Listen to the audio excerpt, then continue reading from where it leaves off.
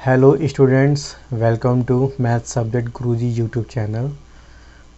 तो बच्चों, आज हम इस वीडियो में डिस्कस करेंगे क्लास 10th मैथ से चैप्टर 1 रियल नंबर्स थ्योरम 1.3, जो कि बहुत ही इजी थ्योरम है, बहुत ही इम्पोर्टेंट थ्योरम है।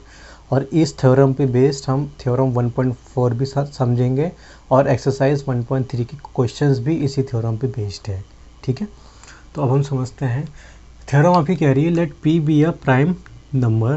पी आपका कैसा है? पी आपका यहाँ पे प्राइम नंबर है और यही भी आपका डिवाइड कर रहा है ए स्क्वायर को। ठीक है, और where A is a positive integer, और ए आपका यहाँ पर क्या है? पॉजिटिव इंटीजर है। ये चीज़ आपको क्लियर है ना? ओके, तो अब हम इसकी प्रूफ की तरफ बढ़ते हैं। इसकी हम प्रूफ की बात करें तो देखो, ए आपका यहाँ पे क्या है? पॉजिटिव इंटीजर है। तो हम लेट करेंगे, let A is equal to, अब ए के फैक्टर्स हम यहाँ पे क्या लेंगे? ठीक है, अब ए के फैक्टर्स आपके हो जाएंगे P1 P2 P3 dot dot dot Pn, ये ए के फैक्टर्स हो जाएंगे। ओके, अब हम ए स्क्वायर को और हम कैसे यहाँ पे लिख सकते हैं? ठीक है, ए स्क्वायर का यहाँ पे मल्टीपल क्या होगा? ए इंटू ए। ठीक है, तो ए इंटू ए, ठीक है, ए स्क्वायर को हम यहाँ पे लिख सकते हैं ए इंटू ए। ये ए स्क्वायर का क्या होता है? मल्टीपल होता है।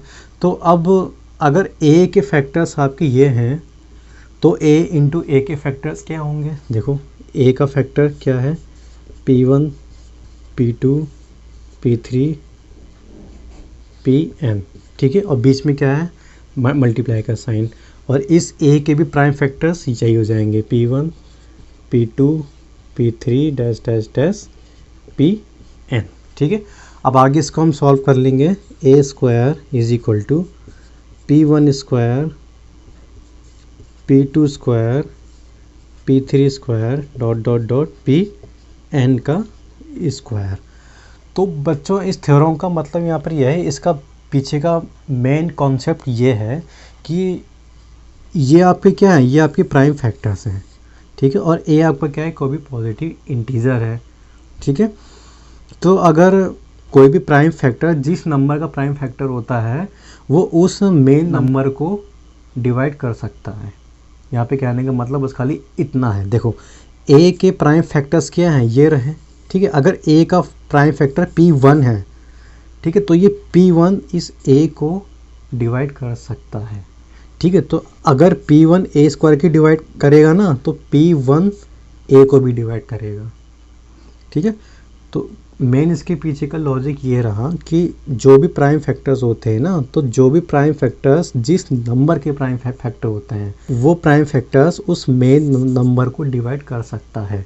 अगर P1 ए स्क्वायर को डिवाइड कर सकता है तो P1 ए को भी डिवाइड कर सकता है। ठीक है, इसको हम समझते हैं एक छोटे से एग्जाम्पल के थ्रू। 8 का स्क्वायर हम यहाँ पे लेते हैं। ठीक है, 8 का स्क्वायर आपका क्या होता है? 64। अब इसके हम प्राइम फैक्टर्स फाइंड कर लें। ठीक है, क्या होगा prime factors? 2 into 2 into 2 into 2 into 2 into 2। तो ये इसके प्राइम फैक्टर्स हो गए। ठीक है, तो मैंने क्या कहा कि जो भी प्राइम फैक्टर्स होते हैं ना, तो जो प्राइम फैक्टर जिस नंबर के होते हैं ना, वो उस मेन नंबर को डिवाइड कर सकता है।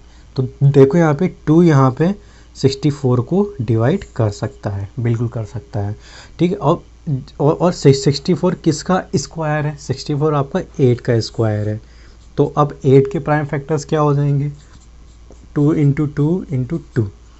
ठीक है, अगर 2 64 को डिवाइड कर सकता है तो 2 8 को भी डिवाइड कर सकता है।